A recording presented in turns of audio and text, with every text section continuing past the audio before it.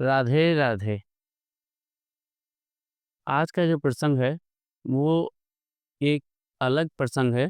इस प्रसंग में आप भी देखिएगा कि मैं बताता हूँ कि भगवान जो हैं वो अपने भक्तों की लाज कैसे रखते हैं और भक्ति में जो है भगवान कहाँ तक जाते हैं। तो आज का प्रसंग है, एक जगह है पंढरपुर। वहाँ जो है पंडरीनाथ जी भगवान का एक मंदिर है। उनके एक भक्त हुए जिनका नाम है दामाजी पंत। दामाजी पंत जो हैं वो वहाँ के राज्य के उस वहाँ राजा के वो किसी एक गाँव के जो हैं वो सूबेदार थे। तो सारी व्यवस्था उस गाँव की वो जो है एज़ ए सूबेदार वो देखते थे और सबकी सेवा करते थे। सबसे बड़ा काम जो था उनका वो ये था कि वो अपने भगवान की जो है वो सेवा करते थे। सुबह, दोपहर, शाम अपना ध्यान करना, पूजा करना और इसी में उनका दिन निकलता था। मन स्वभाव के बहुत ही वो अच्छे जो हैं वो व्यक्ति थे। तो एक बार जो है वो गाँव में सूखा पड़ गया। अब वहाँ पर जब सूखा पड़ गया तो वहाँ के जो राजा थे वहाँ तक खबर तो गई, लेकिन राजा ने उन गाँव वालों के लिए कुछ नहीं किया। अब वो सूखा में ये पोज़ीशन हो गई कि गाँव में जो है खाने-पीने की सारी चीज़ें जो हैं वो ख़त्म होती गईं धीरे-धीरे। जब वो अपने जाते, आते घर से निकलते तो देखते कि कभी किसी की डेथ हो गई, कभी किसी की डेथ हो गई। पूछते कि भई कैसे हुई? तो वो लोग एक ही जवाब कि जो है भुखमरी के कारण जो है खाने-पीने की व्यवस्था नहीं थी, इसलिए जो है वो उनकी मृत्यु हो गई। अब ये सुनते तो उनको बड़ा धक्का लगता।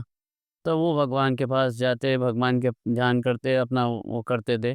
लेकिन फिर उन्होंने एक काम शुरू किया कि वो अपने घर में जो भी उनके पास सामान था उसको बेचते थे और जो पैसा मिलता था उससे वो गाँव वालों की सेवा करते थे, उनको अन्न वगैरह देते थे, घर-घर में बाँटते थे।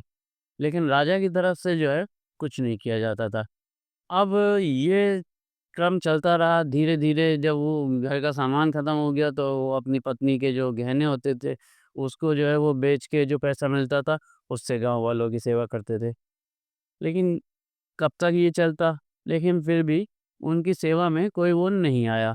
अब एक दिन ऐसा आया कि उनके पास अपने पास कुछ भी ऐसा नहीं था, जिसको बेच के वो गाँव वालों की सेवा कर सकें। तब उन्होंने जो है मन में एक ख़्याल आया और उन्होंने अपनी पत्नी से कहा कि क्योंकि मैं उस गाँव का सूबेदार हूँ और उस गाँव के अन्न कोष की चाबी जो है, वो मेरे पास रहती है। लेकिन ऐसा करने से जो है कि मैं अन्न कोष खोल दूँ। अन्न कोष में जो है इतना अन्न है कि कम से कम 4-5 महीने के लिए गाँव वालों का गुज़ारा हो जाएगा। तब तक ठाकुर जी कृपा करेंगे और बारिश हो जाएगी। लेकिन उन्होंने कहा पत्नी ने उनकी कि अगर आप ऐसा करेंगे तो राजा को पता चल गया तो बड़ी दिक्कत होगी, समस्या हो जाएगी। उन्होंने कहा कि जहाँ इतने लोग जो है वो रोज़ मर रहे हैं, अगर मेरी एक मृत्यु के कारण ये लोग बच जाएँगे, तो इससे अच्छा और क्या हो सकता है? तो पहले तो उनकी पत्नी जो है थोड़ा-सा हिचकिचाईं, फिर बोली कि नहीं आप ठीक है, अगर चाहते हैं तो आप सेवा कीजिए। उन्होंने कहा अगर इससे मेरे को ही नहीं समस्या होगी कि मेरे को ही फांसी मिले या मेरे को ही कोई सज़ा मिले, हो सकता है कि मेरे जाने के बाद वो जो है तुमको भी परेशान करें। बोले कोई बात नहीं, ऐसा होगा तो जो होगा वो ठाकुर जी देख रहे हैं, वो सब जाने। ठीक। अब उन्होंने क्या किया कि एक दिन रात में न जो है अन्नकोष के द्वार खोल दिए, क्योंकि दिन में अगर खोलें तो पता चल जाएगा राजा को, इसलिए वो रात को खोलते थे और पूरा गाँव वाले उसमें से भर-भर के अपना अन्न ले जाते थे। इतना अन्न था कि वो 3-4 दिन गाँव वाले सब ले गए और उसके बाद भी उसमें बच गया। लेकिन कहीं से ये खबर जो है वो राजा को लग गई। अब जब राजा को ये खबर लगी, तब राजा ने कहा कि इन्होंने मुझसे पूछे बिना जो है ये सब काम किया है और ये कौन होते हैं ऐसे खोलने वाले? ऐसा है, मैं आदेश दे रहा हूँ कि इनको गिरफ्तार करो और इनको जो है सीधे बिना मुझसे पूछे फांसी की सज़ा दी जाए। तो वो सैनिक उनके जो हैं चल के वहाँ आते हैं गाँव में और जब आते हैं तो वो कहते हैं कि देखो अपनी जो है दामाजी कहते हैं अपनी पत्नी से कि जो मैंने सोचा था वैसे ही अब ये लोग आ गए हैं राजा के सिपाही और अब मेरे को लेके जा रहे हैं। तो ठीक है, मैं जा रहा हूँ और लेकिन इतना तो मैंने सेवा अपने जीवन में भगवान का नाम लेके कर दी है कि जो है ये लोग अपने 4-5 महीने का गुज़ारा कर सकते हैं। अब वो जब लेके जा रहे थे सैनिक, तो रास्ते में जो है वो कुंडलीनाथ जी भगवान का मंदिर पड़ा। तो उन्होंने सैनिकों से कहा कि ये मेरे आराध्य हैं, मैं इनकी जो हूँ सेवा करता हूँ, तो मैं आज दर्शन और कर लूँ, अंतिम दर्शन एक बार इनसे के कर लूँ, फिर आप मेरे को जहाँ ले चलेंगे वहाँ चलूँगा। तो वो कहते हैं कि ठीक है, इसमें कोई गलत वो नहीं है, आप कर लो। तो वो जाते हैं, दर्शन करते हैं, भगवान से प्रार्थना करते हैं कि मैंने जो किया वो काम गलत है, लेकिन अगर मैं ऐसा नहीं करता, तो जो है वो गाँव वालों की वो बिना उसके मौत हो रही थी, तो इसलिए वो मेरे को अच्छा नहीं लगा, तो मैंने ये सेवा की है। लेकिन आपसे एक निवेदन है कि आप मुझे अपने से दूर मत कीजिएगा। मैंने जो भी किया, वो गाँव वालों की भलाई के लिए किया। बस इतना कहते हैं और वो फिर अपने वो जाते हैं और सैनिकों के साथ चल देते हैं। ख़ैर, इधर भगवान तो हमारे कृपालु और दयालु हैं ही, तो उनसे ये नहीं देखा जाता कि उनका भक्त परेशान हो या किसी भी तरीके से कोई विपत्ति जो है वो उस पे आए। तो वो जो हैं पुण्यनाथ जी, वो एक बालक का रूप लेते हैं और एक ऐसा बालक जो कि बिल्कुल ही मतलब जैसे कहना चाहिए उसकी आँखों में इतनी चमक, उनके चेहरे पे इतना तेज कि वो बस कोई उसको जो देखे वो सब चीज़ें भूल जाए। वो जो है सीधे द्वार पहुँचता है राजा के दरबार में, सैनिक भी उसको नहीं रोक पाते क्योंकि जो देखता है वो यही भूल जाता है कि रोकना था कि नहीं रोकना था कि जाने देना था। वो सीधे अंदर जाते हैं और वो ये कहते हैं राजा से कि आपने जो है वो हमारे सेठ जी को पकड़ लिया है और जबकि उन्होंने सुनने में आया है कि उन्होंने आपका जो है अन्न कोष खोल दिया था जिससे वो गांव वाले अन्न ले गए तो उसका जो भी पैसा है वो आप ले लीजिए और उनको जो है मृत्युदंड नहीं दीजिए। तो वो राजा हंसने लगा कि एक बालक जो है वो ये कह रहा है। तो बोले कि भैया ऐसा है कि तुम उनके कौन हो? तो वो बोले कि मैं उनके यहाँ काम करता हूँ, मैं उनका नौकर हूँ। तो वो बोले कि नौकर मतलब उनके दास हो? तो बोले हाँ, मैं दास हूँ उनका और मैंने कई बार कहा कि आपको पहले पैसा दे दें फिर वो अन्न ले लें। लेकिन उन्होंने कहा कि बाद में कर लेंगे। अब जो है वो जब ये परिस्थिति आ गई है तो मैं अन्न ले आया हूँ। तो बोले उन्होंने जितना अन्न गाँव में बाँटा है, उस अन्न की भरपाई जो है ना, वो बड़े से बड़ा राजा भी नहीं कर सकता। तो उन्होंने कहा नहीं-नहीं अब आप वो पैसा ले लीजिए, उनका जितना भी दाम होता है स्वर्ण का और बाकी आप उनको छोड़ दीजिए। तो बोले कि अच्छा बताओ पहले वो है कहाँ, पैसा कहाँ है? धन लाए हो? तो वो बोले कि धन जो है वो है। अब राजा ने सोचा कि धन जब इतना धन है, तो वो तो फिर बाहर बैलगाड़ियों में भर के लाए होंगे। तो बोले कहाँ है? बोले ये रखी है वो एक पोटली सी थी, बोले कि आप इसको जो है खाली कर लीजिए।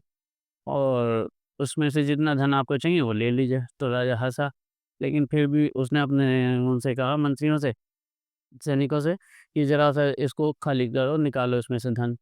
तो जो उन्होंने थाल और बर्तन लाए थे, उसमें जो लौटना शुरू किया उसको, तो वो मतलब थक गए, लेकिन वो धन खत्म नहीं हुआ पोटली का। और वो सब देख रहे थे खड़े हुए, राजा भी कि भई इतना धन निकले जा रहा है, निकले जा रहा है। बोले कि भई कौन हो, कहाँ से आए हो, इतना धन बस कर दो, अब नहीं चाहिए। क्योंकि इतना तो उन्होंने दान भी नहीं दिया वहाँ पे खजाना जो है, अन्न, इतना नहीं वो किया कि जिसका इतना सारा पैसा हो। तो बोले कि ठीक है अब आपका पैसा पूरा हो गया तो आप जो है, अब अपना आदेश वापस ले लीजिए। तो बोले ठीक है, अब उनको मृत्युदंड नहीं होगा। बोला नहीं ऐसे नहीं, आप एक कागज़ पे लिख के दे दीजिए कि जो आपने आदेश दिया था उसको निरस्त करा जाता है और अब जो है उनको फांसी की सज़ा नहीं होगी। उन्होंने जितना पैसा लिए वो दान दिया था, जो धन अन्न का पैसा था वो भर दिया है राजकोष में, अब उनको फांसी की सज़ा को निरस्त कर दिया जाता है। तो राजा ने कहा ठीक है, उन्होंने लिख के और अपनी मोहर लगा के और दे दिया। अब वो लेके और अपने खुशी-खुशी चले गए।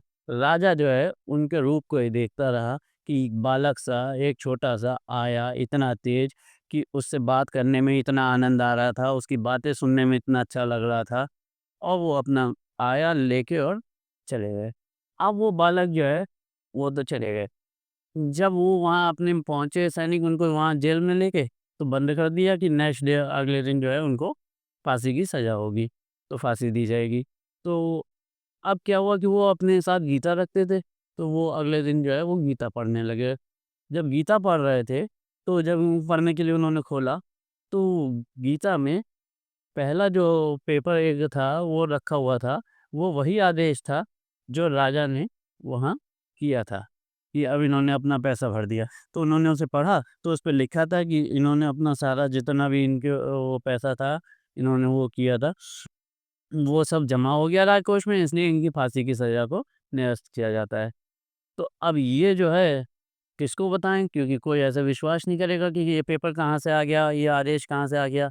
इतनी ये सोच ही रहे थे, इतनी देर में राजा के सिपाही जो हैं, वो वहाँ आ जाते हैं और वहाँ के लोगों को कहते हैं कि वो अब उनको फांसी मत देना, क्योंकि जो उन्होंने जितना भी वो खर्चा हुआ था, वो सब राजकोष में जमा हो गया है धन, इसलिए अब उन राजा ने वो निरस्त कर दिया है।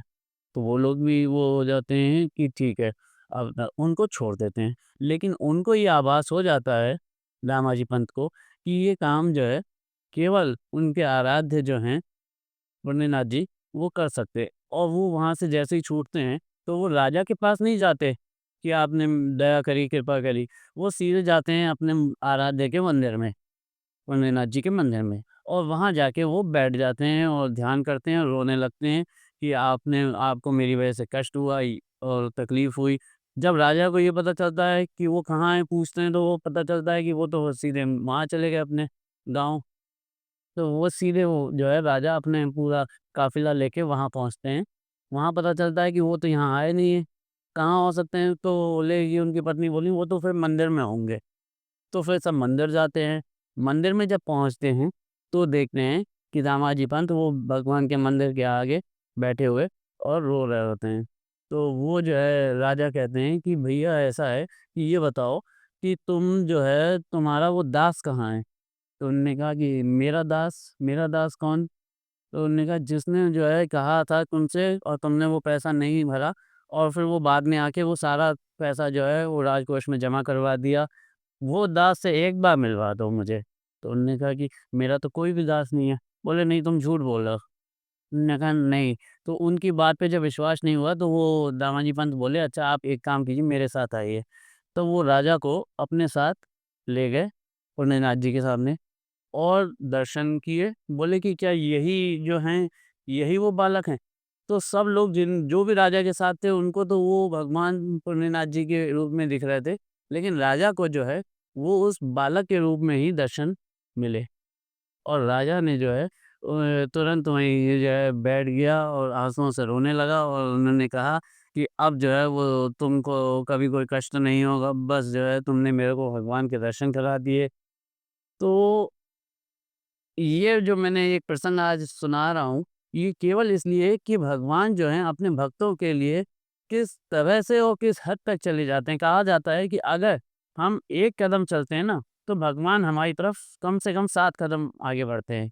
वो हमको ये कहते हैं कि बस हम प्रयास करें। तो हम केवल भगवान की भक्ति में, भगवान के पूजा-पाठ में लीन होके, भगवान ये भी नहीं कहते कि हमको जो है सोने के बर्तन में या किसी महँगी चीज़ में हमको चाहिए, वो केवल और केवल भाव के भूखे हैं और वो भाव देखते हैं। और दामा जी का भाव जो है, वो सच्चा भाव था। तब उन्होंने जो है अपने भक्त के लिए बालक के रूप में आके और वो किस तरह से लीला करी कि राजा भी जो है वो ये चौंक गया कि भगवान जो है एक सूबेदार के लिए जो है भगवान को बालक का रूप धर के आना पड़ा। तो भगवान की आज के प्रसंग में कहने का तात्पर्य जो है वो यही है कि भगवान की पूजा पाठ करते रहिए हर समय, क्योंकि भगवान जो हैं वो किसी न किसी रूप में जो है हम लोगों को दर्शन देते हैं। बस उन आँखों का, उन भाव का जो है उनकी भक्ति करते रहिए, पहचानने की शक्ति जो है वो ज़रूर दें कि हमको, कि भगवान जो है हमारे को दर्शन दिए, हमारे सारे काम जो है वो करवा देते हैं और किस तरह से करवाते हैं, ये उनकी लीला जो है, ये वही जाने। तो आज का ये प्रसंग था, जो कि मुझे अच्छा लगा, आप लोगों के लिए लेके आया। फिर मिलूँगा एक नए प्रसंग के साथ, तब तक के लिए राधे राधे। मेरी इसी तरीके की वीडियो को देखने के लिए, सुनने के लिए मेरे चैनल को सब्सक्राइब कीजिए, वीडियो को लाइक कीजिए और ज़्यादा से ज़्यादा शेयर कीजिए।